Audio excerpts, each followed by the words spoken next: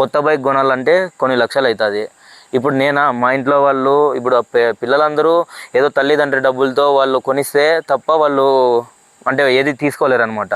అంటే వాళ్ళు ఓకే తల్లిదండ్రి సంపాదిస్తుంటారు, వాళ్ళ కొడుకు కాబట్టి వాళ్ళకి తీసిస్తారు ఓకే. కానీ కొంతమంది ఉంటారు వాళ్ళ పేదరికం పరిస్థితి అయినా కూడా నాకు ఆ బైకే కావాలా, నాకు ఆ ఫోనే కావాలా, నాకు ఆ ల్యాప్టాపే కావాలా, నాకు అదే కావాలా అని చెప్పి పట్టుకొని కూర్చుంటారు చూడు.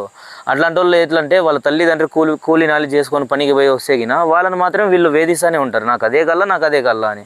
ఓకే పిల్లలు అడిగితేనే తల్లిదండ్రులు కొనించే వాళ్ళ స్తోమత కలిగిన వాళ్ళు తీస్తున్నారంటే ఓకే. కానీ స్తోమత లేకపోయినా నాకు ఇదే కావాలా, నాకు అదే బైకే కావాలా అని చెప్పి తల్లిదండ్రులని వేధించుకొని తీసుకొని అట్లా అంతా చాలా ఇబ్బంది పడుతుంటారు. నెల ఈఎంఐలు కట్టుకోలేక మధ్యలో వచ్చి వాళ్ళు షోరూమ్ వాళ్ళు వచ్చి బండ్లు తీసుకుపోయేది ఇట్లాంటివన్నీ నేను నా కళ్ళతో ఎన్నో సందర్భాల్లో నేను చూసిన.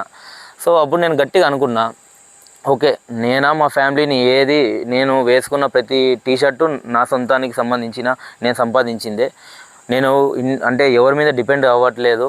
సో బైక్ విషయంలో కూడా నేను మా ఇంట్లో వాళ్ళని పేరెంట్స్ని నేను అడిగి ఇబ్బంది పెట్టకూడదు, వాళ్ళని ఏ విధంగా కూడా నేను ఇబ్బంది పెట్టకూడదు. సరే ఏం చేద్దాం, మన దగ్గర ఇది ఒకటే ఉంది బండి, కానీ ఈ బండిలో తిరుగుతుంటే అందరూ అవమానంగా చేస్తున్నారు అని చెప్పి నేను మామూలుగా ఇన్స్టా ఇవన్నీ యూజ్ చేస్తాంట, మనకి ఇన్స్టా పేజ్ కూడా ఉంది. చూసా అంటే కేరళ వాళ్ళు బాగా మాడిఫై చేస్తుంటారు స్పెండర్స్ అందరూ. ఫస్ట్ టైం నేను ఒక స్పెండర్ని అలా అందంగా అంత బ్యూటిఫుల్గా చూడడం, వనయాలి అదే ఫస్ట్ టైం నేను చూడడం.